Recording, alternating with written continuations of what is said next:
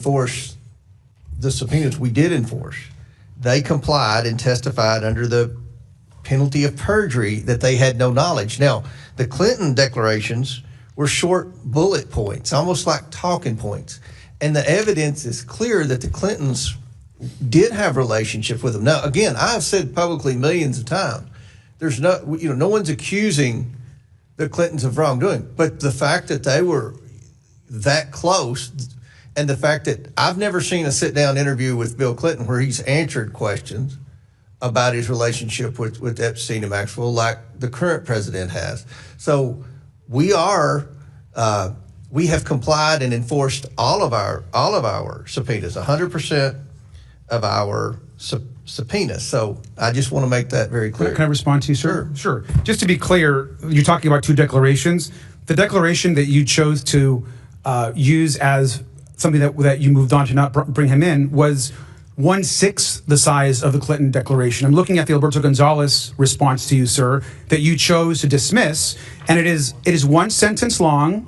You just pointed out the Clinton declaration, which is 6 times as long. And so I just think you are using interesting points to make comparisons. Let's just be clear and get back to the facts. Let's bring President Clinton in to have a conversation with this committee. You are instead choosing to try to prosecute President Clinton and send him to jail, which is part of criminal prosecution, before having him answer questions to this committee. Him and his team have been trying to negotiate. We want to hear from President Clinton. I'm not sure that you do, sir. You don't think I want to hear from President Chairman Clinton? Comer, can I, Chairman? But before I recognize Ms. Luna, who'll be next, I believe, are you willing to accept those bullet points as testimony, or do you want to hear from Clinton? I want to hear from President Clinton. Then I don't know what the point is of talking about their bullet points. I mean, we all know they had a relationship.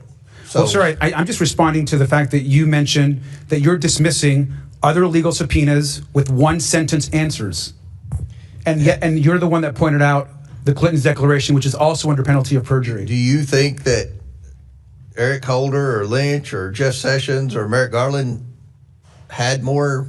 I mean, do you want to bring them all in? I would love to have former Attorney General Merrick Garland in front of this committee to answer questions as to why more of the files weren't released. I've actually said that publicly. And so, sir, I think what it comes down to is we all want to get to the truth.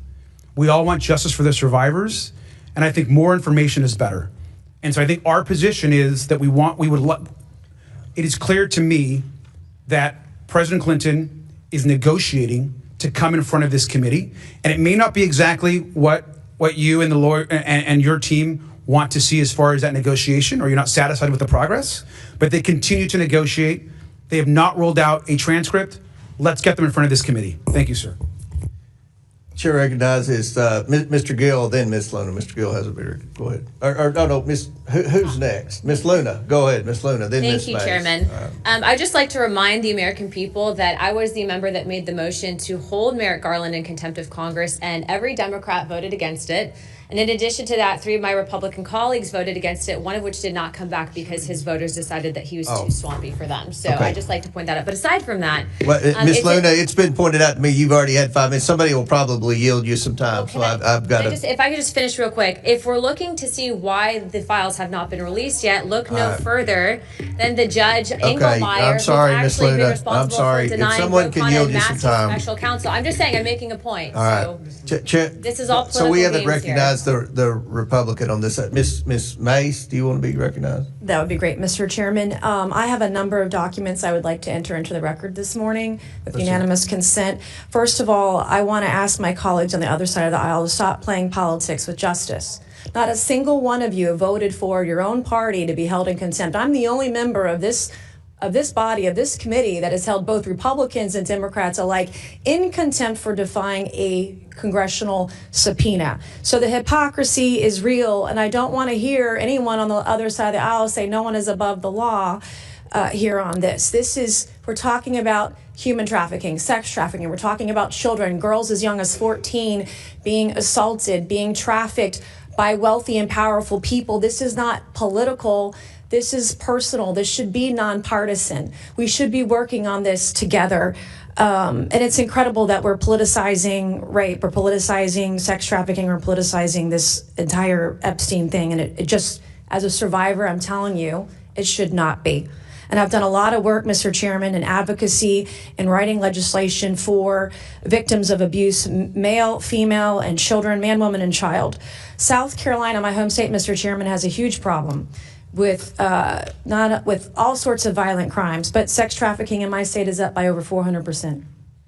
We have domestic violence in our state where you can't get a trial. And there was a case last year where a woman 2 years ago was kidnapped by her boyfriend, beaten to a pulp, her face just beaten in. 2 years after he kidnapped her and beat her, he murdered her on Mother's Day because our local solicitor refused to prosecute that case. And I have rogue solicitors and prosecutors and attorneys general who aren't doing anything to protect the people of South Carolina, women and children especially. Recently, my attorney general prosecuted a case against convicted pedophile Donald Gresh. Donald Gresh was convicted of having 1,900 images of toddlers as young as 3 being raped by animals. Donald Gresh, under the prosecution of my attorney general Alan Wilson, served 1 day in jail. 1 day. Donald Gresh isn't the only pedophile, convicted pedophile, that we prosecute like that. My attorney general Alan Wilson prosecuted this case. This is Travis Reed Gay. Well, the other thing too is that Donald Gresh, he was facing 60 years in jail, got 1 day. Travis Reed Gay was facing 70 years, 7 charges and 70 years in jail in South Carolina. My attorney general prosecuted this case. He pled guilty in November, didn't serve any time. He got probation. He violated his probation 11 days later, and if he violated his probation, he was to serve time in jail. The magistrate or judge, probably didn't have a law degree, let him out hours later. He has not served any required time for this kind of thing. And I did a press conference with a bunch of moms, over a dozen moms last week in Charleston, South Carolina, and there was a local media blackout. I asked, was it my attorney general who prosecuted this case and led this pedophile out on the streets? Was he the one that led the media blackout? Well, I want my attorney general in my state to know that a young child came forward after seeing my press conference and recognized this man. She filed a police report the same day because he allegedly followed her in a park the week before. This is Scott Spivey, killed, shot with a bullet in the back, shot at 17 times, not prosecuted by my attorney general. So I'm going to ask unanimous consent, Mr. Chairman, to enter those 3 images into the record. This is Weldon Boyd. This is Scott Spivey's killer who shot him in the back and has never really been investigated or prosecuted for that killing in South Carolina. I would like to enter that into the record, Mr. Chairman. Without objection, so ordered. This is Logan Federico. She was executed a year ago, yesterday to the day, by a man named Alexander Dickey. Alexander Dickey was a convicted criminal. He had 39 arrests, 25 felony charges. He executed this beautiful 22-year-old daughter of Stephen Federico in cold blood after stealing a gun. If her killer, Alexander Dickey, hadn't been let out by a rogue magistrate or judge or a prosecutor or solicitor that didn't care, she would be alive today. Mr. Chairman, I would like to enter her image and her killer's image into the record. Without objection, so ordered. I have another image. This is Eric Bowman. Eric Bowman beat his wife and has been alleged and is being investigated for other abuses against women and potentially underage girls. He was just let out free, Mr. Chairman, out of jail in South Carolina. He is a predator. I have reported him to law enforcement. He's under investigation, but I have written bill after bill about predators like Eric Bowman, about voyeurism, about these sort of criminal sexual allegations. I would like to enter his image into the record. Without objection, so ordered. I have 2 more. Can we get it? Your time's expired, but I'll recognize you for a UC later on, because I want to make sure everybody stays within their 5 minutes. Chair recognizes Mr. Bell from Missouri. You know, first and foremost, I think we're doing a disservice to victims in this case when we refer to it as the Epstein files. It's sex trafficking evidence, and let's call it what it is. And as a prosecutor, we prosecuted these kind of cases when I was DA back home in St. Louis County, and I met with every single victim and victim's family because I wanted them to know that I was here for them, and I thought it was important that we look them in the eye and let them know that we're going to do everything we can to bring them justice and treat them with the dignity and respect that they deserve. And this is no different. That said, I think in DC, what I've learned in my 11 months here is that this DC disease that of staying in this partisan bubble is something that you have to continue to be aware of, so that you don't fall into these same hypocritical traps. And I talked to Jamie Raskin because I just wanted to get some perspective on the law. And when we talk about the legal analysis, first and foremost, you can't read a statute. You learn this in constitutional law first day. You can't read a statute and understand the law. You have to understand how it's interpreted by the courts. And the courts have been clear that if there is negotiations, that does not meet the threshold for criminal contempt. And the examples are clear on that. When Steve Bannon was held in contempt, he did not negotiate, he did not reply, he did nothing. Meadows, when he started to reply, then Trump told him not to, and then he ceased with his communications with this body. And so in this case, I agree 100% with our ranking member. I want to hear from the Clintons. I think the victims we want to hear all the evidence. But what I know as a prosecutor is that we don't start doing depositions before we listen to the evidence. Now, if there's not evidence, okay, then there's other things to consider. But the evidence is here.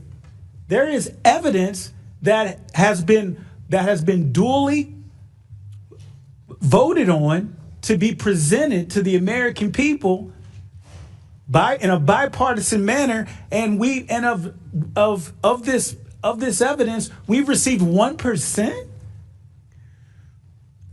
1%. I mean, put this in perspective. There's 0%, and then the only thing you can do next is go to 1. That's it. We've got nothing. And now we're going to bring the Clintons in before we even have the evidence. That makes 0 sense, which is close to the 1 that I talked about. And so there's a legal analysis here. There's about what are we doing to ensure that we are doing a real investigation to get these victims the justice that they deserve. And so Ghislaine, whatever her name is, she needs to be brought into this body. And I'm hearing that, oh, well, she's going to plead the fifth.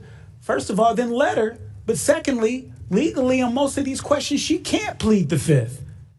On grounds that she's going to be incriminated? She's already a criminal. So let's bring her in.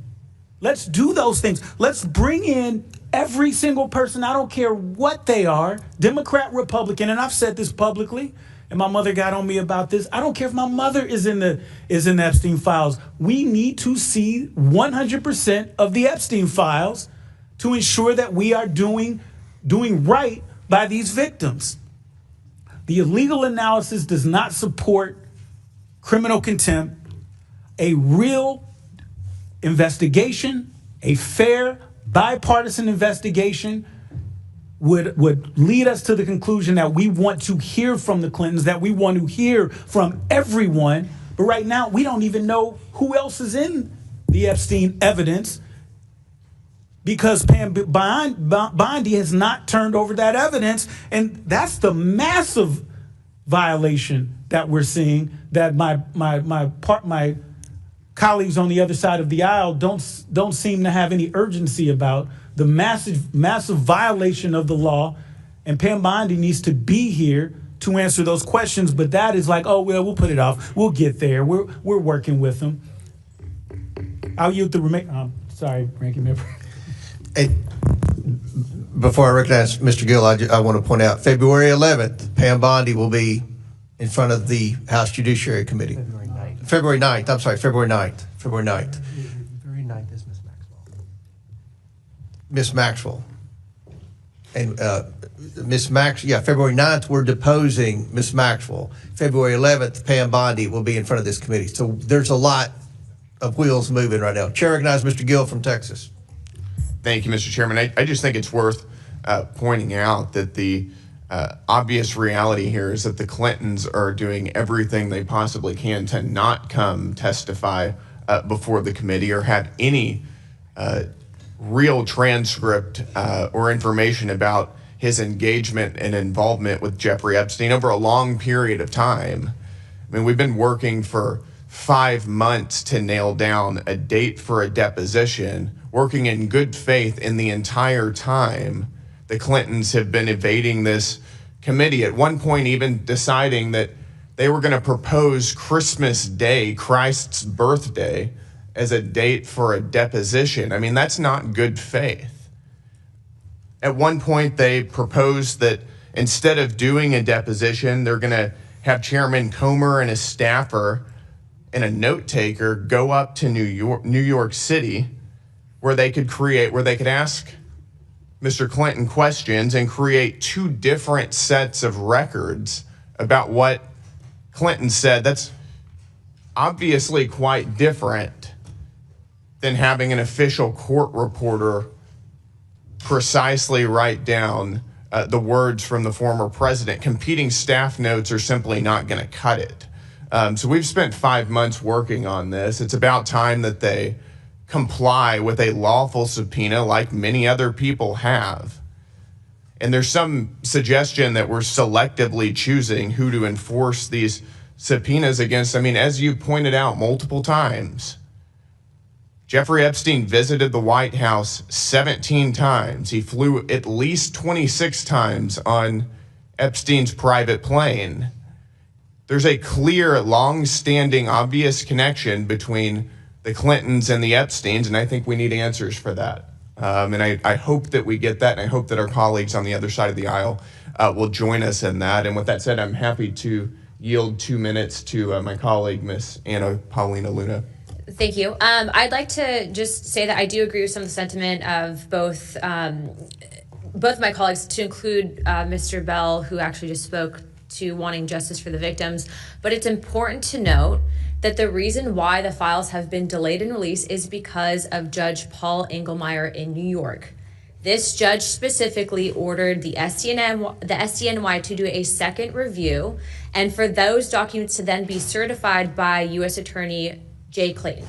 So if you want to get mad at someone, look no further than Judge Paul Engelmeyer, who then also, at the same time, just denied Massey and Ro Khanna's motion to appoint a special master. So we can argue back and forth all day long about where the files. I want to see the files too. I want everyone to come in and answer questions. But look no further than this person. By the way, this person's not a Democrat or Republican. I think this person actually might be an independent.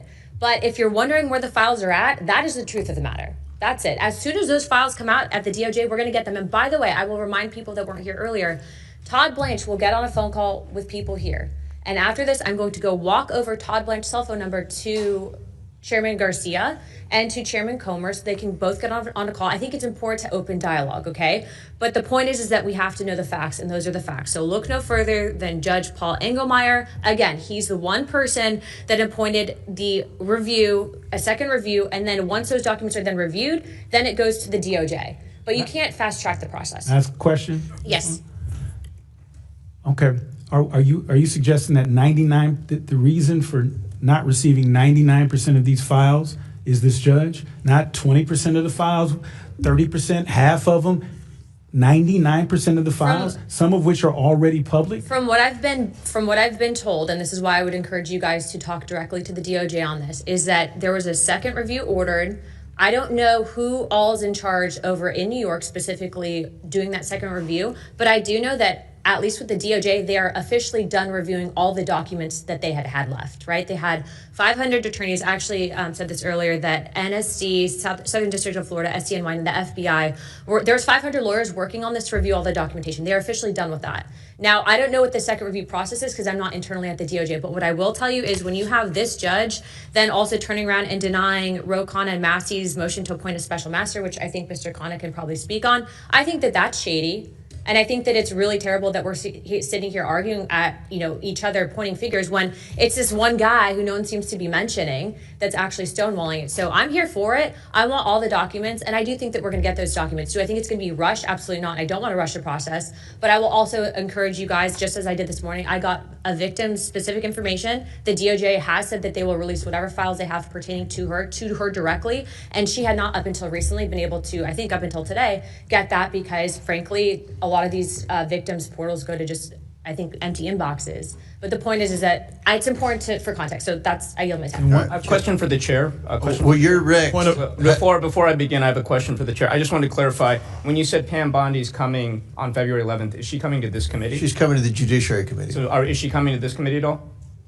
Well, we'll see how the Judiciary... Is she scheduled to come to this committee at this point? I've said she's not scheduled to come to the committee. She's coming in front of the Judiciary Committee. Okay. Chairman, Chair, you're recognized, Mr. I'd like to yield 30 seconds to Ranking Member Garcia. Thank you. Just really briefly, I appreciate Representative Luna's interest, I know, in the survivors. So I do appreciate that. I just want to be very clear and clarify. Judge Engelmeyer has nothing to do, his rulings have nothing to do with the legal subpoena passed by the Oversight Committee last July. Pam Bondi and Todd Blanche and the DOJ have been in defiance of a legal subpoena of this committee that has nothing to do with the Khanna-Massey law that keeps getting referred to. And so when you're saying that Judge Engelmeyer is the reason, that is actually not the case as it relates to the subpoena. And so they're still violating the law and have been since July, to be clear. Thank you, Mr. Min. Thank you. And I just want to begin by echoing the comments of my colleagues on both sides of the aisle. As someone who spent my career as a lawyer, as a prosecutor, as a law professor, the rule of law is important. No one should be above the law, including presidents and former presidents, and congressional subpoenas are an important part of that rule of law. And I think the Clintons should be here. I think it's very shameful that they're not. But I also have to admit I'm very troubled by this criminal contempt motion. As a lawyer, I know that I don't know this area of law, criminal contempt. So what I did is what any decent lawyer does. I asked people who do know this area. I called a number of colleagues, former colleagues, people who are former DOJ attorneys, experts in this area. And it's hard to get 10 lawyers to agree on anything, but they all agreed that this was unprecedented, that under a normal administration, a normal DOJ that's not politicized, they would never bring criminal contempt charges in these circumstances. And I say non-politicized DOJ because many of us are very concerned that this Department of Justice has become weaponized under this administration. Under Pam Bondi, we have seen them go after Trump's political enemies, including people like Adam Schiff and Latifah James with bankrupt charges. We've seen them refuse to investigate an ICE agent who closely shot and killed a woman at point blank. We've seen them fire line attorneys who refuse to go along with indictments that they describe as political and illegal. Now, the closest comparison to this particular criminal contempt case is Steve Bannon. And there's well-established precedent here. Steve Bannon refused to answer, saying he would only answer questions from this committee if Trump told him to do so. That wasn't like delaying or obfuscating. That is willful defiance. And that's what the courts found, and that's why he went to jail. And again, while I think that the Clintons should be here, what we're proposing here is a very serious matter, bringing criminal charges against a former president of the United States. And I listened to you very carefully, Chair Comer, for the last hour, and I heard you describe them as delaying, as dragging their feet, negotiating for 5 months. But I never once heard you say they just outright refused to comply with the subpoena. And dragging your feet is not the same as noncompliance. It's not the same as contempt. And so if we think they're dragging their feet or obfuscating, there are lesser things we can do, including civil contempt. And I have to ask, why are we not thinking about alternative measures rather than bringing criminal contempt against a former president? And I also want to point out that on November 14th, and I want to ask unanimous consent to enter this into the record, Donald Trump wrote a Truth Social post in which he demanded that the Republicans go after Bill Clinton, Reid Hoffman, Larry Summers in relation to Epstein. Later that day, Pam Bondi announced that they would be bringing investigations. And now that we saw later that this committee brought subpoenas against the Clintons. This seems very political, and the people I talk to in my district view this entire matter as politicized. They view this as why Bill Clinton And look, if Bill Clinton is guilty, let's put him in jail. But what I have a problem with right now is that we seem to be doing something that is unprecedented for Bill Clinton. We're bringing criminal charges against him, potentially, that we would not do for any other individual in these same circumstances. And that, again, is not my opinion, it's the opinion of everybody I talk to. It says it's not a close matter. And so I have deep concerns that this looks like a political witch hunt against Trump's critics, that it will be referred to the Department of Justice, that we have seen as politicized. Many of us had deep concerns that they are breaking the law on a daily basis.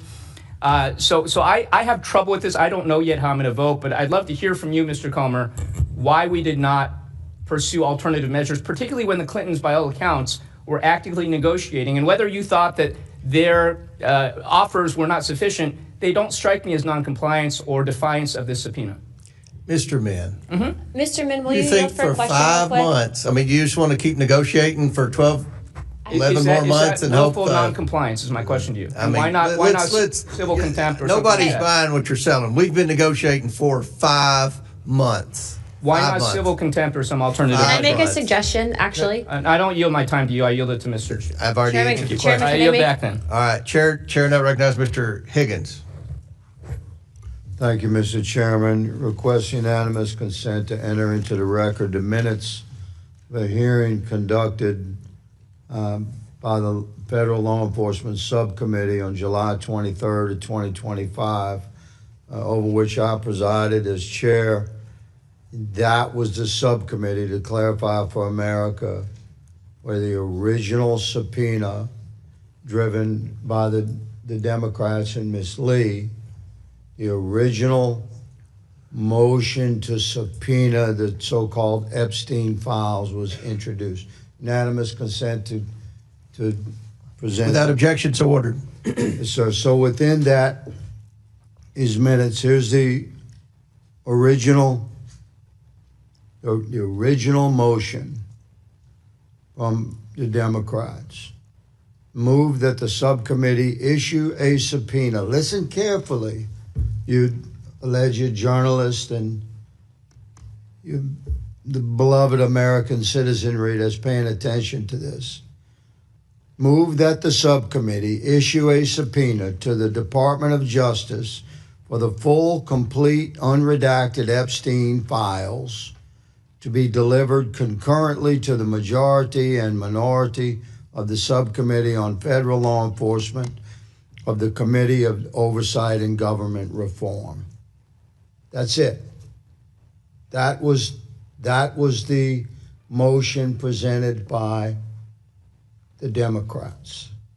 That motion immediately struck me as very poorly written because it had no recognition of recognizing and adhering to the existing long-standing criminal justice procedure designed to protect the innocent.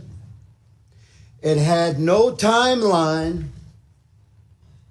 There was no timeline mandated in their own motion that would force the DOJ to comply with said timeline. There was no mandate for a particular percentage of release. There was no prohibition for actions in performance of compliance with their motion, which would become a subpoena from the Oversight Committee. It was not even the identification of Epstein. It just said Epstein files. Epstein who? You think the DOJ has not prosecuted more than one Epstein in the history of the DOJ? It was very poorly written. So, Republicans, noting that there were a lot of people missing from this, if we were going to do this, allow it to move, there are a lot of people missing. So Mr. Perry introduced, I remind my colleagues that this is my time. You recognize the decorum of this oversight committee. Perhaps you'll be recognized to speak. Mr. Perry introduced a motion to amend the motion to subpoena by the amendments to include William Jefferson Clinton. Imagine that, use the whole name. And Hillary Diane Rodham Clinton, amongst others. But of everybody on Scott Perry's list, the most defiant has been the Clintons, and the Oversight Committee has been very patient. I submit for the record, unanimous consent, I ask Mr. Chairman, the actual subpoena produced on August the 5th at a hearing on July the 23rd. The subpoena was produced on August the 5th. Without objections ordered. Everyone has essentially complied to the wishes of the committee. Who's in control? We are. With a majority, we determine. The most defiant has been the Clintons. That's why we're here today. Back in July, after Scott Perry introduced an amendment to the Democrats' motion expanding the list to include the Clintons and others, including Republicans, Ms. Mace introduced an amendment to the motion to subpoena, saying, I move to amend Ms. Lee's motion to include the redacting of names of victims and any personally identifiable information of said victims and any possible child sexual abuse materials. And the subpoena itself, and I'm closing, Mr. Chair, the subpoena itself stated that the DOJ is to provide all the material requested and recognizing redactions required by law. So you're talking about 1 million documents. It takes time to redact 1 million documents. But the DOJ is performing and is delivering, and the Clintons are. I'll give Walkinshaw an extra minute. Thank you, Mr. Chairman. But before we go to Mr. Walkinshaw, Ms. Mace has 2 more unanimous consent requests, and I'm going to give Mr. Walkinshaw an extra minute if everyone's okay with that. Ms. Mace? Thank you, Mr. Chairman. I want to thank my colleagues, too. The whole Epstein saga and working with people on both sides of the aisle on the Epstein files and the working with the victims has been extremely enlightening. Yeah, this doesn't sound like unanimous consent. You see, can you present the unanimous consent? Oh, here's the unanimous consent. Okay. Through the Epstein thing, this is a tweet that I did about judges. I learned that, not all the judges have been forthcoming with information and files. I tweeted out on November 28th, impeach corrupt judges, especially South Carolina judges. I've done this about a dozen times or more. I'm guilty as charged. Last week, an attorney named Robert Murding, I would like to enter his image into the record too. Without objection to order. He is trying to hold me in contempt and told a judge I should be thrown in jail for, among other things, tweeting out that judges should be held in, that judges should be impeached. This is what happens to survivors. This is what happens to victims. And I'm sorry. I would like to enter my predator bill into unanimous consent as well.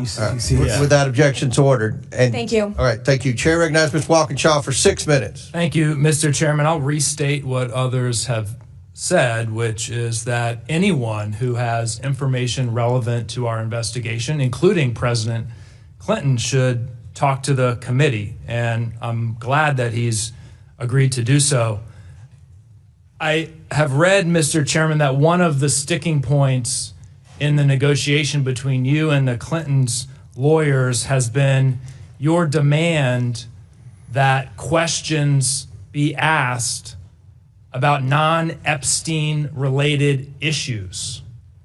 And it surprised me because I'm sitting here today listening to your intense interest in understanding more about the Clintons and their relationship with Epstein. So I'm curious why you have for 5 months demanded that you and other members of this committee be able to ask questions unrelated to our investigation of the Epstein files and Epstein's sex trafficking. And I'm happy to yield, Mr. Chairman. I don't know what you're talking about. Everything that we've pertained to with respect to the deposition pertains to the Epstein files. Okay, so you haven't demanded that the conversation, the questions be limited to the Epstein files. The staff attorneys are communicating with the Clinton attorneys. That's the communication going back and forth. This investigation is about the Epstein files. Okay, so you're willing, and you'll say here publicly, you're willing to have that conversation that limits the conversation, the questions just to the Epstein issue and files. Okay. Yes. All right. I think the Clintons' lawyers have been under a different impression, so we've made a little progress. The Clinton lawyers are full of crap. Made a little progress on the negotiation here today. Thank you, Mr. Chairman. We're 32 days past the statutory deadline and months since this committee's subpoena. And Congress has received, as we've heard, just 1% of the files. More than 5 million pages remain hidden. Instead of holding the Attorney General accountable for this failure, the majority is trying to change the subject today. Frankly, I find it insulting. We have to bring our attention back to the people who should be our focus, the survivors of Epstein's horrific sex trafficking operation, the women and girls who were exploited, abused, ignored for years. They deserve the truth, transparency, and justice without delay, without excuses, and without any political protections for the powerful or the wealthy. That's what we should be doing. Not scoring partisan points, not creating distractions, working to uncover the full scope of his crime so the survivors can see accountability.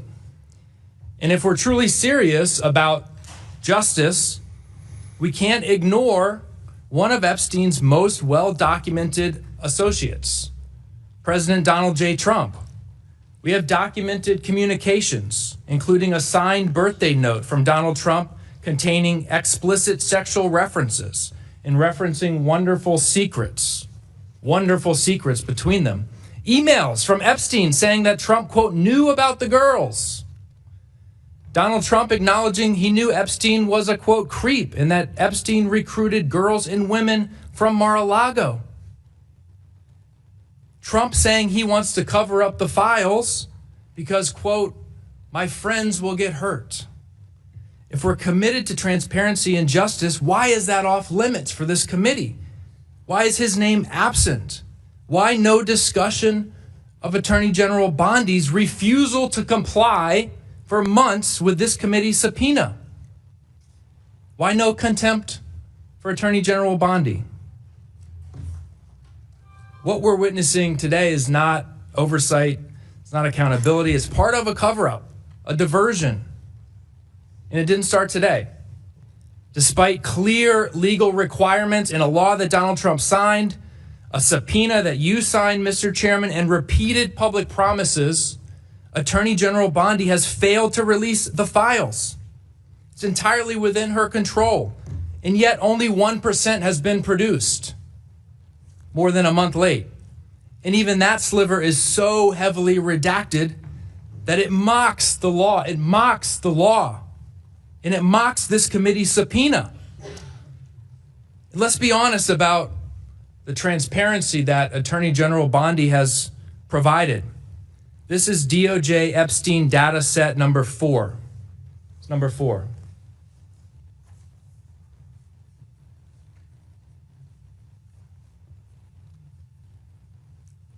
Data set number 4. This is part of the 1% that folks have been talking about this today. I'll close with this. Attorney General Bondi and the Trump administration missed their deadline. They're ignoring our subpoena. They've withheld 99% of the files, and they have obscured the little that they did release. It's not a coincidence. It's intentional. It's about protecting one man, Donald J. Trump, from accountability. Release the files. I yield back. Chair recognizes. Mr. Chair, unanimous consent request. Okay, I'll recognize you for that. Mr. Chairman, I ask unanimous consent to enter the record a political article entitled Clay Higgins Explains Why He Was the Lone No Vote on Epstein Files Release. Without objection to order. Chair recognizes it'll be on our side, Mr. Perry, then Mr. McGuire. Mr. Perry. Thanks, Mr. Chairman. I'm disappointed at where we're headed here. Look, I think that legitimately both sides want all the information. I know I sure do, with the proviso that the victims and innocent people are not damaged in the release of that. What's interesting to me is that The only time my colleagues on the other side of the aisle want to talk about any of this is when they can bring up the current president's name, but they're not interested at all in anything else. And I would just say this regarding the timeline, because I'm frustrated with it too. You know what would have been great? Would have been awesome if we could have truncated the timeline when the Democrat DOJ was in power under a Democrat president and there was any investigation whatsoever. Ladies and gentlemen, my friends on the other side of the aisle weren't interested in these victims at all when they could have done something about it. Nary a word was said, and certainly nothing was done. All this advance work could have been done by them had they cared. But this is not about caring about anybody. This is all political theater because they hate the current president of the United States. I get it. It's disappointing to me. These victims should have their day, and they should, all this information, regardless of who it touches, should be out, with the proviso that the innocent are protected. I know that's not of any interest to you. I get it. That's unfortunate. I yield the balance of my time to the gentleman from Louisiana. I thank the gentleman for yielding. Mr. Chairman, earlier I asked unanimous consent to receive into the record the actual subpoena presented to the Honorable Pam Bondi by this committee regarding the DOJ's release of the investigative files on Jeffrey Epstein that was dated the 5th of August. I'd like to enter into unanimous consent associated with that entry, the letter written by this committee on August the 5th to Attorney General Pam Bondi, referencing the subpoena and giving specific instructions. Without objections ordered. I'd like to also enter into the record actually, I don't believe this has been released prior to right now, is the schedule associated with the subpoena. This is 1, 2, 3, 4 pages of specific instructions from this committee regarding the subpoena delivered on August the 5th. Now, unanimous without objection to order schedule as well. I'm sure the media will be fascinated with that. So the professionalism that this committee has pursued, to clarify for the citizenry, the professionalism that this committee has embraced and pursued has been squared away, impeccable. And that includes recognition that the Department of Justice, as stated in the subpoena, is to comply with redaction procedures of established law and criminal justice, long-standing procedures. So I heard someone mention 5 million files. That is the first time I've heard 5 million files. But I know that there were originally 250,000 files. And the Trump administration found another 600,000 files. So we were talking about, to round it off, 1 million files. Every one of those individual documents has to be reviewed by agents of the DOJ and their supervisors before they can be officially approved for release. That's the law. The DOJ has 400 agents working full-time on just releasing these documents. Now, you may argue that at the end of the day, you want to see the release of what they completed that day. I would say that's a fair narrative for discussion. But to say that DOJ is not fully engaged in complying with our subpoena is not accurate. It's not intellectually sound. And Mr. Chairman, I appreciate the opportunity to offer into the record these official and legal subpoena documents. I yield. Without objection, so ordered. Mr. Chair, I have a unanimous consent request. Okay, Mr. Frost. I have 2 articles. One is from Politics PA. Quote, Representative Perry referred to the House Ethics Committee for refusing subpoena. Without objection to order. The other one's a CNN article. GOP reps Perry and Biggs formally object to subpoena from House January 6th. Without committee. objection to order. Chair recognizes Ms. Crockett from Texas. Thank you so much, Mr. Chair. I have sat here listening and I am quite perplexed. It does take me back to my legal days. And so when I think about a subpoena, one of the things that we normally look at when we are trying to determine whether or not contempt is going to be ushered into the conversation is whether or not there's been substantial compliance. And what it means to actually look like you have substantially complied. It means that you're taking reasonable steps to follow a court order, that you're acting in good faith, and typically that serves as a defense. So if we are still crafting the parameters of said subpoena, for instance, my colleague, Mr. Walkinshaw, just asked whether or not this would be limited to the Epstein subject matter. For me, if they responded at all, then there is some sort of compliance, which they did. They didn't just throw the bird. They didn't just say, forget it.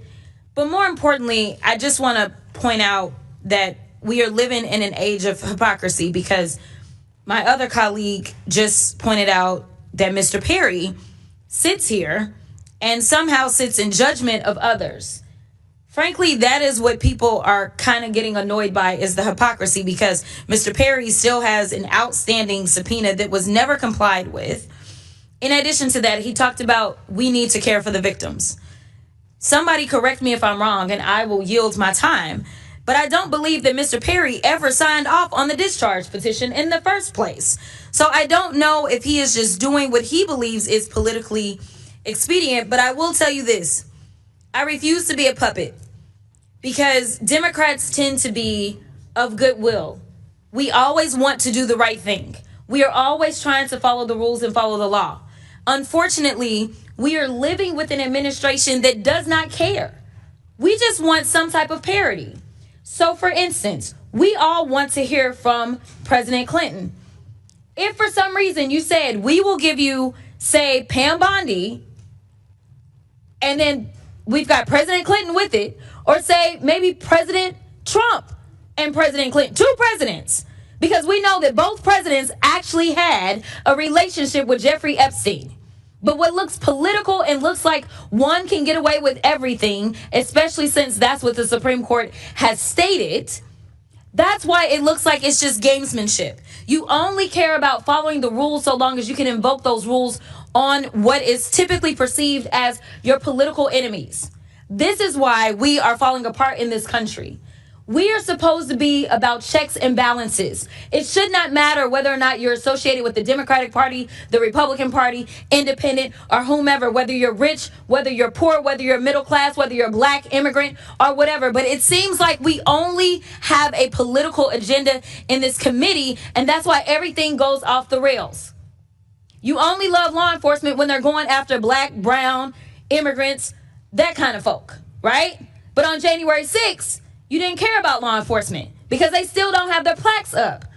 We continue to do the right thing and say, yes, apply the rules equally across the board. And then y'all play in our faces and you only apply it to one side. I am asking for one commitment, and then I will yield to the ranking member.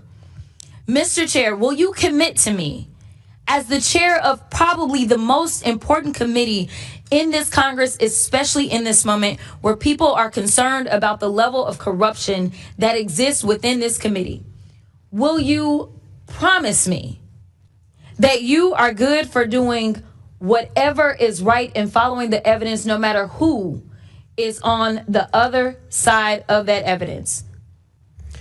Yes, and that is why I subpoenaed the estate. And we had no idea what was, nobody knew. Nobody knew what was in the estate documents. And I, without hesitation, subpoenaed the estate. We subpoenaed the Department of Justice. And that's where we got the birthday letter. We subpoenaed because the estate. Hold on, Mr. Subpoena, right. Okay, we got the birthday letter, but we can't just get the evidence and then not follow up on the evidence that we actually get. I will relinquish the rest of my time to the chair. Thank you. I just want to just really clarify thank you very much, Representative Crockett.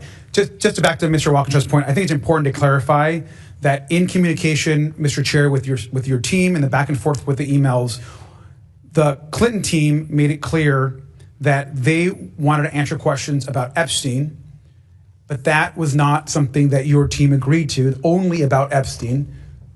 And so that's, I just want to make sure to clarify, and I appreciate you clarifying, Mr. Comer, that you said that you would limit the questions to only Epstein. Is that correct? That is correct. I And think what the that's- Clinton said that is not true. What their lawyer said is a complete lie. Well, I'm glad that you clarified for them, because it's been their impression that it's been. I'm just telling you, it's been their impression. He's paid them too much money then over the last 5 months. And sir, I'm just reading emails, and I'm just reading the back and forth between them and your team. It's been their impression that those questions were going to be beyond just Epstein, and so I'm glad that's been clarified. So thank you, Mr. Walkinshaw. Chair recognizes Mr. McGuire from Virginia. Thank you, Mr. Chairman. I agree with you. 5 months is plenty of time. The Clintons are doing everything they can to avoid questioning. And the American people want to hear from the Clintons. You know, Bill Clinton brought Epstein to the White House 17 times. He had him on, and Bill Clinton was on the Epstein airplane 26 times. So the American people want to hear from them. I don't understand why our friends on the left can't understand that. They support these crazy policies like open borders, 20 million people coming to our country. They've been robbing, raping, and killing the American people. You know, Lake and Rowley would still be alive. And instead of protecting law-abiding citizens, they defend the criminals, and they want to have a defund the police movement. It makes no sense. These criminals they put back on the street, recommit the same crime, and they're like, why'd they commit the same crime? All Americans have the same goal, the same American dream. We want to live, work, and raise our family in peace. We just might disagree on how to get there, but the Democrats seem to always be wrong. The American people don't want boys undressing in girls' locker rooms. But for some reason, the Democrats support that. 5 months is plenty of time. The American people want to hear from the Clintons, and they said they had no relationship, but they definitely did. And with that, I yield the remainder of my time back to Ms. Luna. Thank you. I just kind of wanted to point out, first of all, specifically to the letter, the hand sketch that was allegedly the president's. I believe there's a $10 billion lawsuit that was filed that, according to the president, the organization that published that is actually trying to currently settle. So just to clarify. But aside from that, I wanted to actually ask Mr. Min a question, if he's here still, if he would be willing to vote for a contempt in the Clintons if they refuse to come in and testify on a fine of about $1,000 a day until they comply with the subpoena. But I don't know if he's here. Is he still here? No. Okay. Well, I think that that's just something to consider. You know, we have the ability to do those fines, and I think that that needs to be considered, especially if, you know, optically there is reason for pause for Democrats not wanting to vote for that based on the fact that President Clinton was a former president. I understand the optics of that, and I also understand re-elections. However, nonetheless, the Clintons are defying a subpoena, so sometimes financially people can be motivated, especially if there's a fine, and that's something that we actually all reserve the right to vote on. And I think that that's actually a very good option, especially being that most Americans would go to jail for defying subpoenas.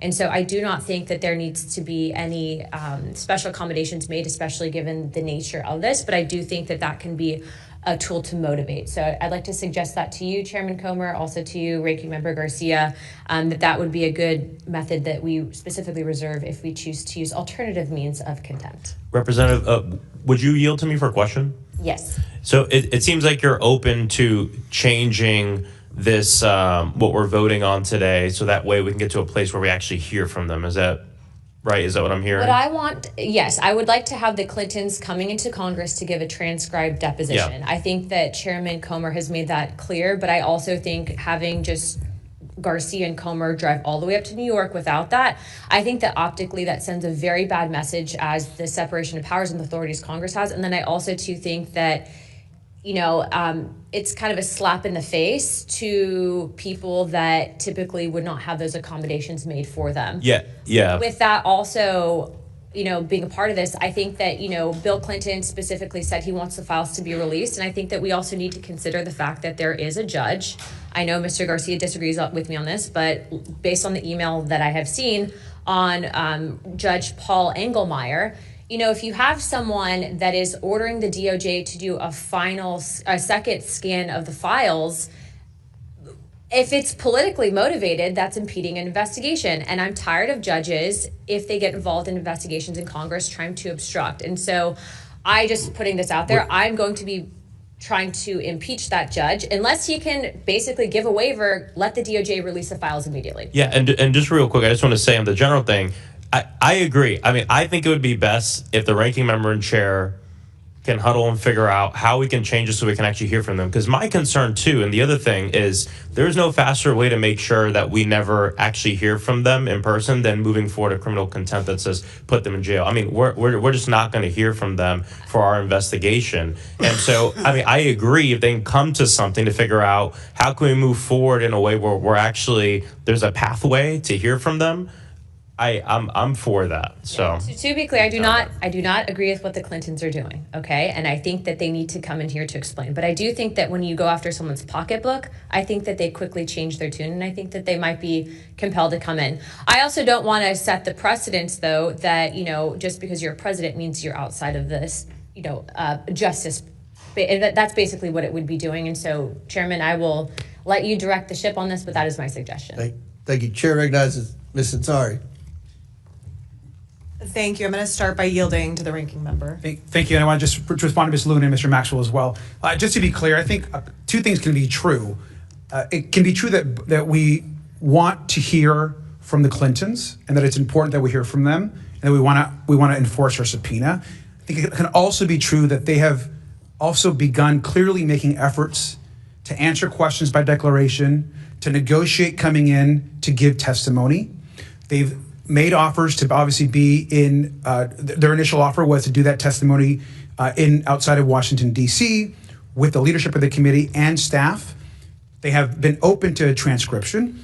And so I just want to re-emphasize that I think there is room here to continue to negotiate and get the testimony that we need. In addition, I am incredibly thankful that we're finally moving forward on ensuring that Ghislaine Maxwell come before this committee, that we're going to get Pam Bondi finally in front of this Congress. We need to release the files, get that testimony, and of course, ask the questions that this committee has of President Clinton. I think that is all fair, and I hope that's the direction that we end up moving in. Thank you. Ms. Ansari. Thank you. Given much of what we've heard today, and especially in light of some of the hypocrisy that we've heard today, I just want to walk through the timeline of Donald Trump's cover-up of the Epstein files, because I think it's important for folks to remember how we got to this point. This was a series of deliberate decisions made at the highest levels in the White House and the Department of Justice to keep the truth hidden from the American public and the survivors of Jeffrey Epstein and his allies' abuse. Let's start with what the president said during his campaign trail repeatedly. At multiple points in 2024 when running for office, Donald Trump said he would, quote, declassify the Epstein files, use it as a rallying cry to win over voters. In October 2024, J.D. Vance said, quote, seriously, we need to release the Epstein list. But the moment Trump and Vance had power in the White House to act, that commitment disappeared. That's when the cover-up began. On February 27th, 2025, Pam Bondi said that she was releasing the Epstein files with her statement, quote, this Department of Justice is following through on President Trump's commitment to transparency and lifting the veil on the disgusting actions of Jeffrey Epstein and his co-conspirators. Then it became clear, very clear, that Donald Trump did not, in fact, want information about Jeffrey Epstein and his crimes revealed to the public. Starting in July 2025, Donald Trump began to gaslight the public. He said, quote, are you still talking about Jeffrey Epstein? This guy's been talked about for years. This is the point when Congress stepped up. On July 23rd, Congresswoman Summer Lee moved in this very committee to subpoena the full and unredacted Epstein files. And just to be clear, because of that subpoena, the Department of Justice and Pam Bondi have been required by law to provide the Epstein files to this committee since the summer of 2025. They have been in gross illegal violation of the subpoena this entire time. To my Republican colleagues on this committee, do you remember that subpoena, the lawful congressional oversight subpoena from July 23rd? Pam Bondi has been in violation of that for 6 months now. At the same time, members on both sides of the aisle filed a discharge petition that would have put a vote on the floor for the Epstein Files Transparency Act. For a moment, the petition was one signature away from forcing a vote in the full House. And what did Mike Johnson do? He shut down Congress. He refused to swear in our colleague, Adelita Grijalva, for a historic 7 weeks in order to keep her name off the list. He forced the American public to endure a government shutdown to protect Donald Trump and to cover up the Epstein files. And when it finally came to the floor and it became clear that the bill would pass overwhelmingly, only then did he endorse and then sign the bill so that he wouldn't lose. This required the DOJ to release the unredacted Epstein files publicly by December 19th. The DOJ has blown past that deadline, releasing only 1% of the files, which is patently absurd. And the files they did release were heavily redacted, which is completely illegal according to the law. On December 23rd, the DOJ said they miraculously discovered over 1 million files related to Epstein. All of these patterns are an attempt to slow down the release and fail to meet the lawful deadlines are consistent and coordinated. This is all part of an intentional cover-up, which leads to the unavoidable question, who is the president protecting when we know he only cares about one person? I guess I'll end with my question to the chairman.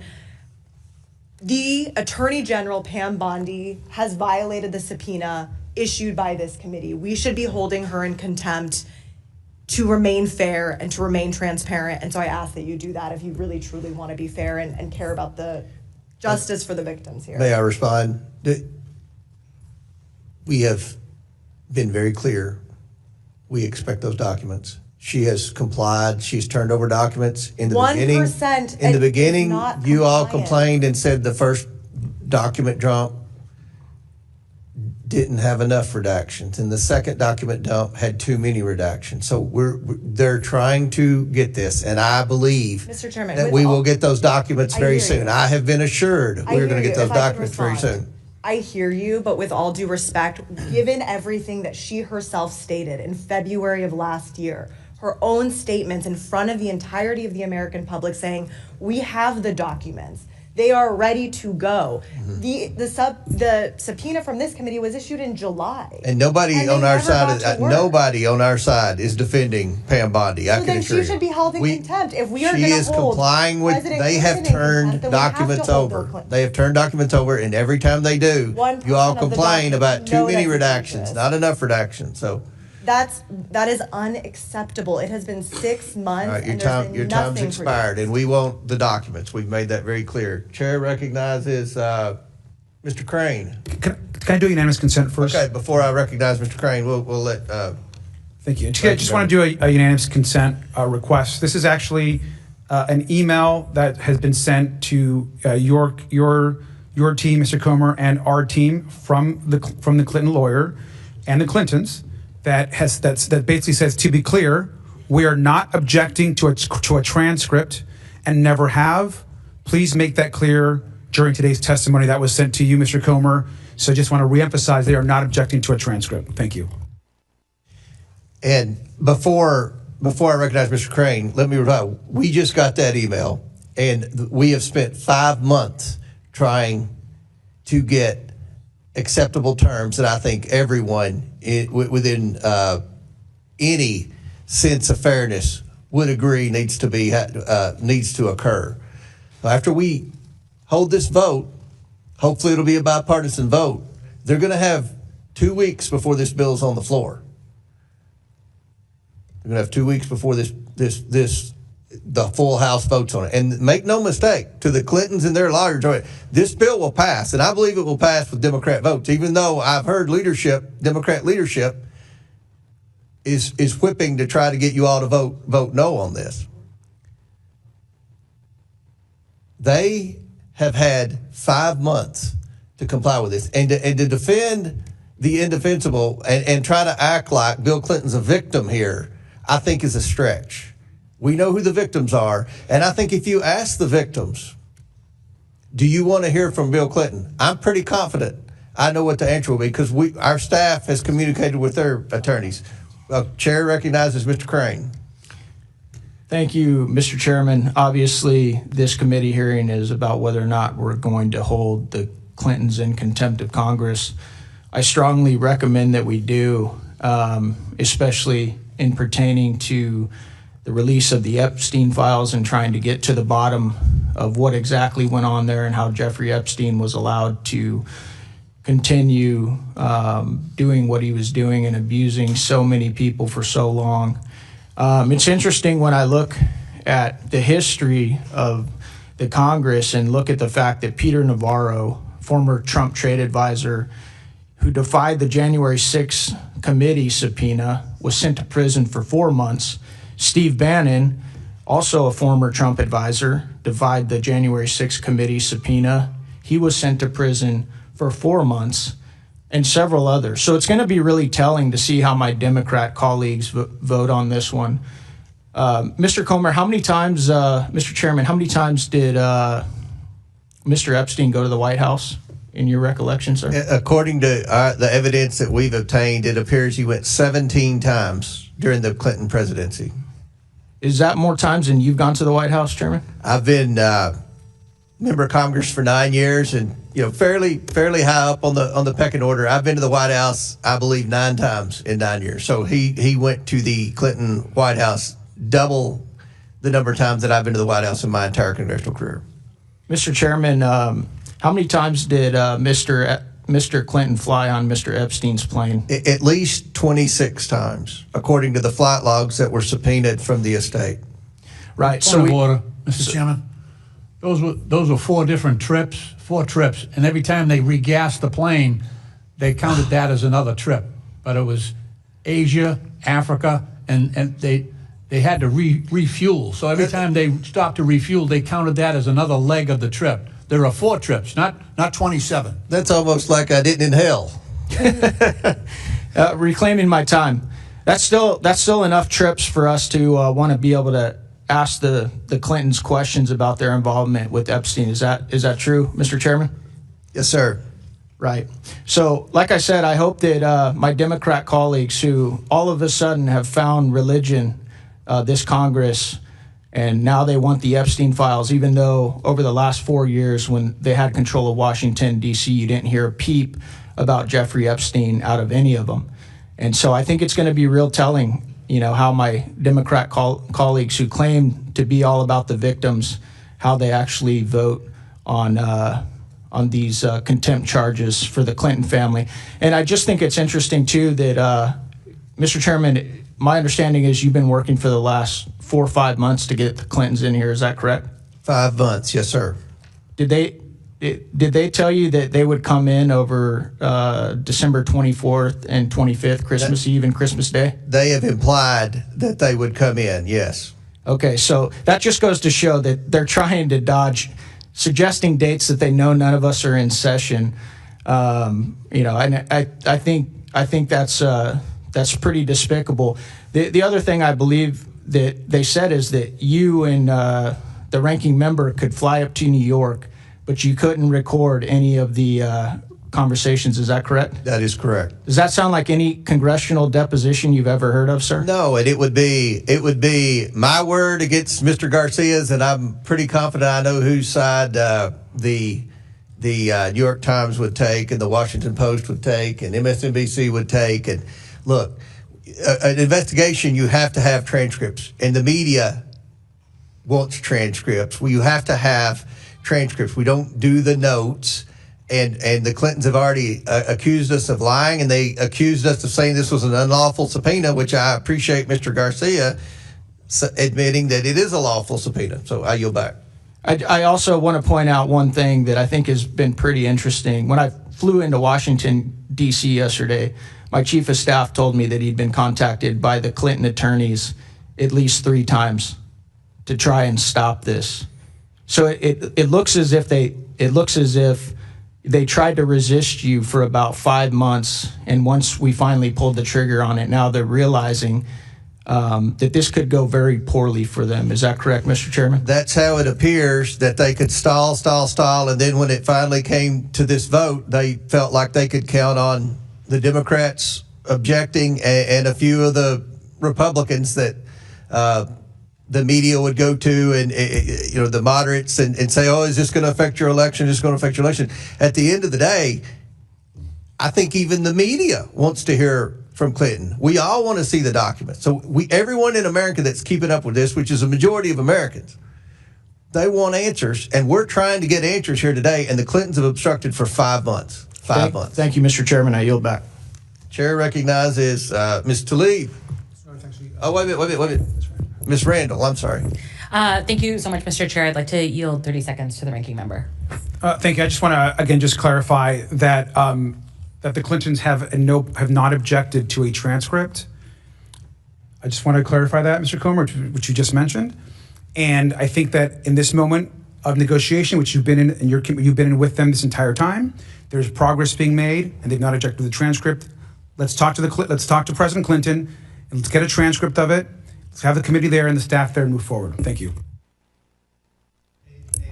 If may I respond? We won't stop the talk. May I respond?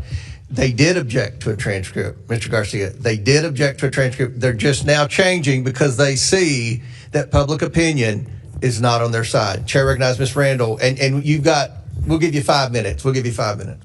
Thank you so much, Mr. Chair.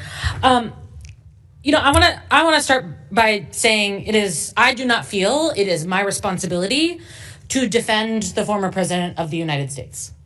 As a member of Congress, in a separate and co-equal branch of government from the executive branch, and as a individual person who is responsible to my constituents, it is not my job to defend the former president of the United States. Just like it is not your responsibility, Chair Comer, to carry out the political retribution of the current president of the United States. It is also not this committee's job to yield to the Judiciary Committee to question the subjects of our subpoenas. It is not our job to defer to anyone else's interest. And in fact, we have the opportunity at any time to amend the rules of our committee should you choose to take action that our rules keep us from taking. Like that is a tool that you as committee chair and we as a committee have. And I also want to say, I'm not a lawyer. I'm a regular person. I'm 1 year into this job, and contrary to attempts by my Republican colleagues to put the burden of decisions made by Congresses of the past on our shoulders, I was sent here by my constituents just a year ago, and it's to them, to my neighbors, who I am accountable. Not to party leadership, not to anybody else, but to my constituents. So I want to talk about what they are seeing and hearing right now. They are seeing, just as Ms. Ansari previously said, Donald Trump and J.D. Vance and Pam Bondi switch allegiances, decide they no longer want to pursue accountability and full release, unredacted release of the Epstein files. But they're also seeing a system that has failed survivors and regular people over and over. That privileges the powerful and well-connected over regular people. Regular people who don't have the luxury of saying, I'm not going to come to court and I want to be free of any accountability. Regular people who see us acting and carrying out the demands of the president, former presidents, rich people, people who come to lobby us, folks who have access to power in a way that regular people don't. And I think we've all made very clear, all of us on both sides of this dais, that we want to hear from the former president of the United States about any information that he has related to Epstein's ring of trafficking and assault of women and girls. But we also And, Chair Comer, you have said over and over that it's been 5 months that you've been in negotiations with the Clintons. It has been 6 months since this committee subpoenaed the Department of Justice for full release of the files. And I'm down to hold anybody accountable. I'm down for us to enforce our congressional subpoenas, to uphold our power as a separate and co-equal branch of government. But I want to call the question, will my colleagues on the other side of this dais also hold accountable the Attorney General that has been illegally withholding evidence that has been subpoenaed by this committee and in a bipartisan law passed on the floor of the House? Is it just political theater? Are you just trying to point fingers and say, like, it's you, it's not us, it's them? Or are we here to do the work of holding accountable people who have committed heinous crimes against women and girls and people who might know about them? Are we doing that work, or are we just pointing fingers and trying to consolidate our own political power? That's a question I know that my constituents have, and it is one that I'm asking my colleagues on the other side of the dais. Thank you. I yield back. Chair, any member seek recognition? Chair recognizes Ms. Tlaib from Michigan. Mr. Chair, I think many of us were there with the survivors, and I'd like to bring them into the room because I think it's really important. It's not just one president, but now two that have been connected to the Epstein sex trafficking. One of them even testified about walking into the house, the butler opening the door, there's administrative assistant, having no idea she was walking into a horrific scheme that was sending young girls to the powerful, to the rich, the elected officials. And one of the first pictures she said she saw was of Clinton with his arms around Epstein. She saw another one of Trump with Epstein. And I just remember her almost trying to convince us, understand that I had no idea, as if somehow she was guilty. Do you all remember that? And so I'm here to tell you, I'm ready to vote, but I'm also just taken aback and disgusted because I didn't need a birthday card to say the President of the United States, current President of the United States, had something. I didn't need to see the photos by the chairman today of Clinton. All I needed to do was hear the survivors tell us, please do something. These are people that have impacted their lives forever. What I just don't understand, Mr. Chair, and this is with all due respect, I just don't get why Bondi cannot be held in contempt, why we're not for it. I don't care if she says that she wants to plead the fifth. So what? Do it in front of the American people. Same thing with Maxwell. She's telling the committee she's going to plead the fifth. Fine.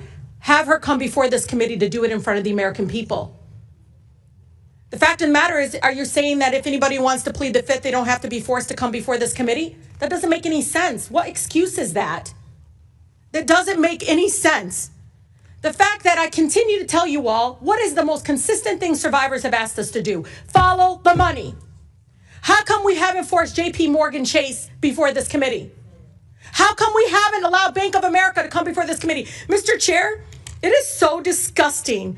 And this is why everybody's so distracted by this whole thing of the Clintons, Trump, and everything.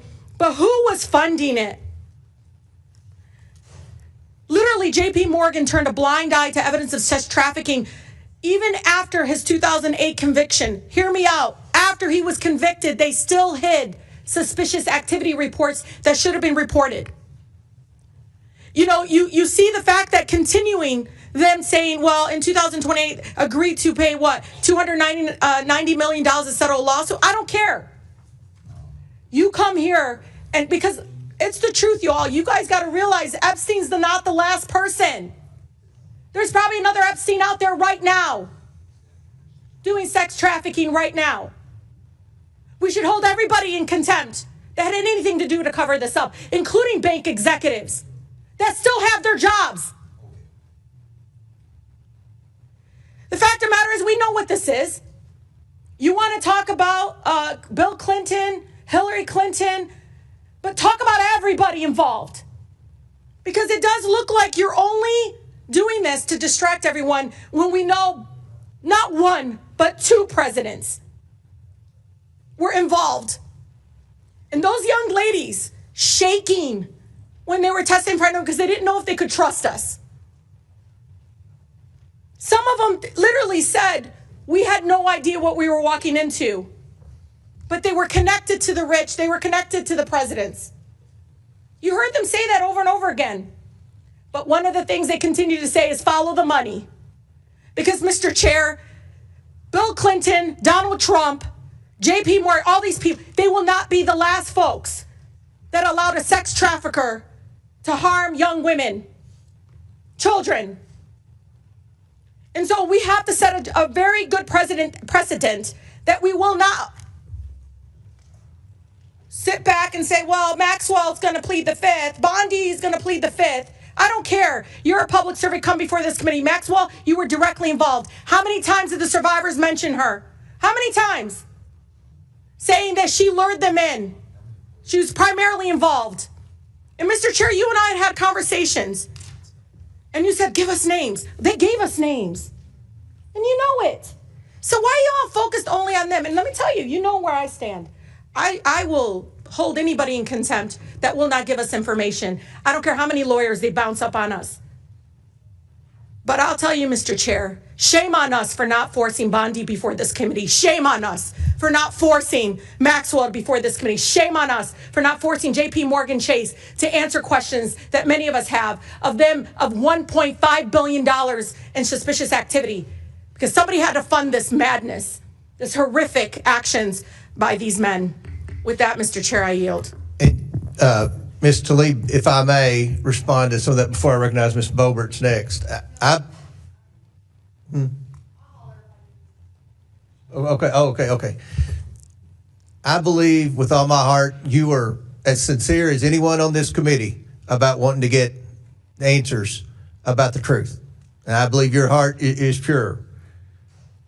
Maxwell is coming in front of this committee. And but we've when? tried. No, let us decide that today. When? Like Well, when? it's nailed down. February what day? The 9th. She's February coming, 9th. and you'll be able to ask her questions. That's one of the things Clinton wanted was only me and Garcia. Maxwell's coming. Anyone who wants to ask her questions on this committee will be able to. So that's. No, I think the that's American nailed down. people want answers from President Clinton. I'm not trying to argue with you, Ms. Lee. I just want to respond to. Pam Bondi is coming before Congress in 2 weeks. I am confident she is going to be grilled by both parties on the discharge petition. If you didn't want, I don't want to, and Ms. Randall, you mentioned something about the Judiciary Committee. Believe me, I don't want to work with the Judiciary Committee on any investigation, okay? But when we passed that discharge petition, that got them involved. But we had an outstanding subpoena. Just let me explain. Pam Bondi's going to be in front of the Judiciary Committee. We'll see how that goes. We'll see if there's been a document dumped. Mr. Chair, we can't after that. forget the banking institutions either. The last thing, this is the most important thing.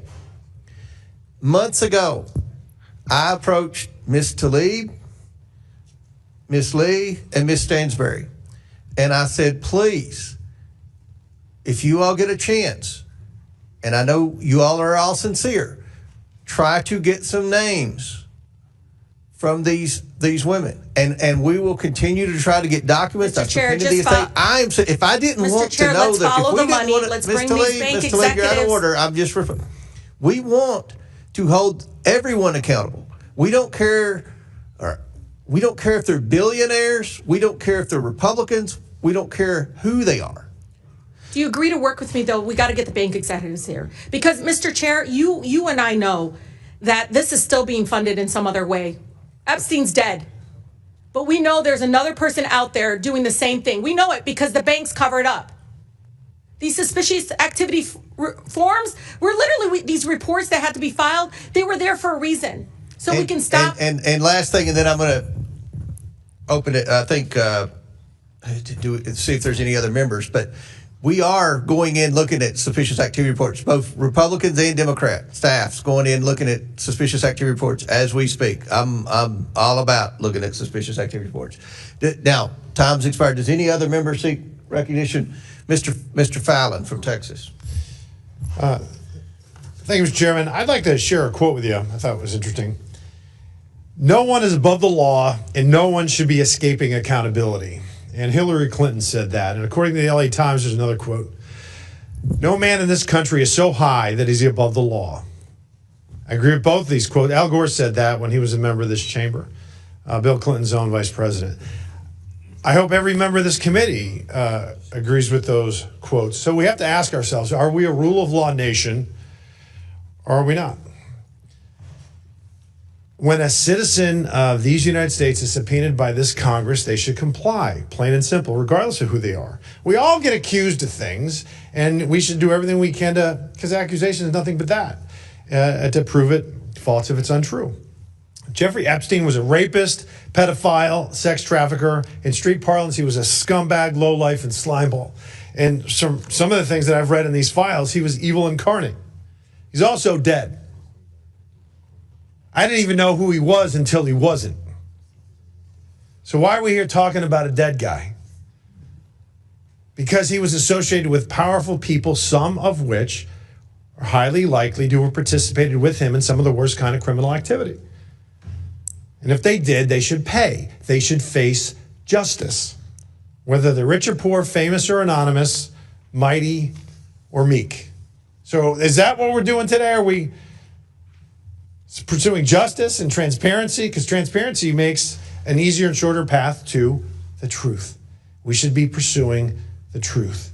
But some on this committee and in this Congress are pursuing fame and campaign fortune and exploiting this issue, not in the pursuit of justice, but in the pursuit of raising hundreds of thousands of dollars using a false premise as a battering ram. Jeffrey Epstein, and here's the false premise, that Epstein was a creature of the political right, and they're protecting him, and he was pounding around with Donald Trump and those in his orbit. And that's why the Republicans won't release the files. Now, that's incendiary, but is it true? Or is it just a cheap, woke fantasy? Well, here's the facts, and the facts matter, so let's look at tail of the tape. How many confirmed visits to the White House? Under Bill Clinton, there were 17. Jeffrey Epstein visited the Clinton White House 17 times. How many times did he visit the Donald Trump White House? 0. How about documented political donations? 21,000 to the Clintons, 0 to Trump. Documented non-Clinton political contributions.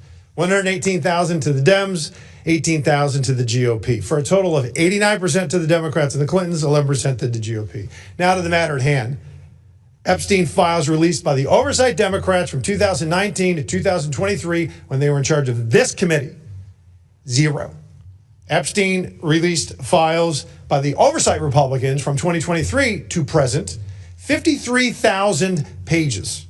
Epstein files released by the Biden Department of Justice in the 4 years he was in office. Again, 0. Epstein files released by the Trump DOJ, 2025 to present, 125,000 pages. And a member of this committee completely jumped the shark again. And right after Charlie Kirk was assassinated by a left-wing loon, and it was a time where we really need to turn down the temperature and practice some civility, said, and I quote, Republicans have been so busy protecting pedophiles and rapists that they forgot what this committee is supposed to be about. Well, I tell you what this committee is supposed to be about, Mr. Chairman, about transparency and truth. And on this matter, the Republicans have led, and we produced results, and the Democrats have done squat and bumpkiss. For the record, you know, that kind of incendiary rhetoric, while it may make headlines and make people famous, or perhaps better stated infamous, and raise loads of woke cash, maybe even get you invited to Hollywood parties. But at what cost? Those kind of lies create division and damage, and they're ludicrous, absurd, lazy, and perhaps, worst of all, unoriginal. And I don't think it's going to translate much to journey to the upper chamber. I hope it doesn't translate to that. The Trump administration and Republicans on this committee and on this issue have served Lady Justice by a count of about 178,000 to 0. So the Clintons should come in, honor the subpoena, and testify. And you know why, Mr. Chairman?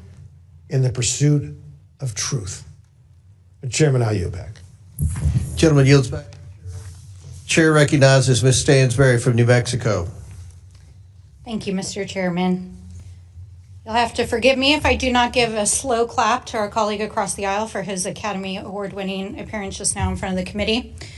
But I want to just address some of the things that I heard here today and to talk about why we're here. What I've heard here this morning in front of this committee is exactly why the American people hate politics. Because the American people don't care if you're a Republican, if you're a Democrat, if you're an independent, whether you vote or you don't. They want the Epstein files and they want justice and accountability. And they don't give a damn whether or not it's Democrats or Republicans or who is implicated. They want accountability. And that is what the survivors are asking us for. They are asking us to do our jobs, to make good on the promises that we made them when they came and met with us, and to actually, in good faith, conduct an investigation. Now, I always think it's important to pull back the curtain for the American people about what happens in these committees. And I was not shocked and surprised, but, you know, I think it's important to note that when I stepped out of the committee a few moments ago, the press were huddled on the Republican side of this committee room to take statements from the Republicans.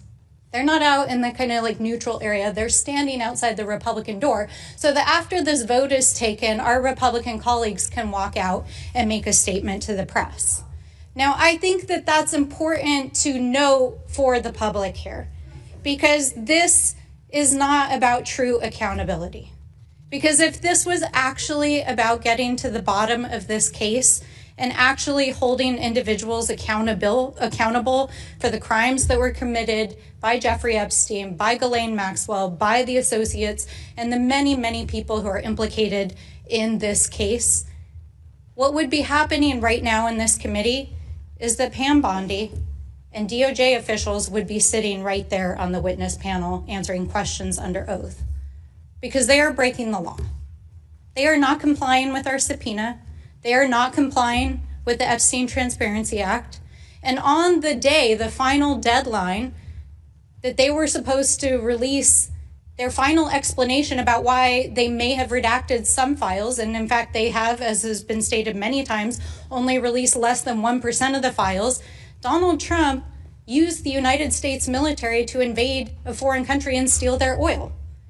And while we're sitting here and our colleagues are trying to create a spectacle for the media, every single newspaper in the United States and the world's headline is about how Donald Trump right now is in Europe embarrassing the United States. How he is threatening our NATO allies to invade Greenland. Humiliating the United States. And I have to say, I was home over the weekend for Dr. Martin Luther King Jr. celebrations to honor the life and legacy of Dr. King. And the question that I got over and over again from my constituents is, what is in those files that is so bad that President Trump is invading Venezuela, threatening our NATO allies, and sending thousands of armed paramilitary troops onto our streets to create violence and chaos in American cities? That is what the American people are actually asking us. And so I will be honest, Mr. Chairman, I am deeply troubled that the individuals who are the subject of today's hearing did not appear on their scheduled date. No one is above the law. But I do know, based on the correspondence, that they have been corresponding with you regularly to try to resolve this issue. But I don't believe that's what this hearing is actually about. Because if it was actually about getting justice and about getting the truth,